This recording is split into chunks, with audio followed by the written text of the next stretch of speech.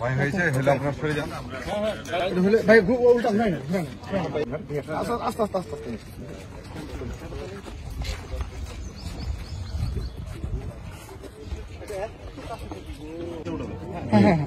আসুন গাড়িতে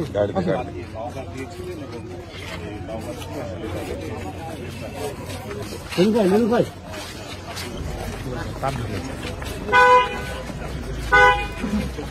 আপনারা জানেন যে গত 16 তারিখ অর্থাৎ বুধবার রাজশাহীর তালাইমারীতে মেয়েকে উত্ত্যক্ত করার প্রতিবাদ করতে গিয়ে বাবা নির্মমভাবে সন্ত্রাসীদের দ্বারা নিহত হন।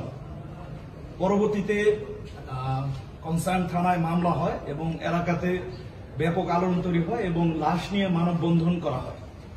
পরবর্তীতে আমাদের র্যাব 5-এর একাধিক টিম অভিযানে নেমে পড়ে এই অপরাধীদেরকে গ্রেপ্তার করার জন্য এবং প্রধান আসামি অর্থাৎ 1 নম্বর আসামি এবং 3 নম্বর আসামি খুব অভিনব কায়দায় তারা পালিয়ে যায়।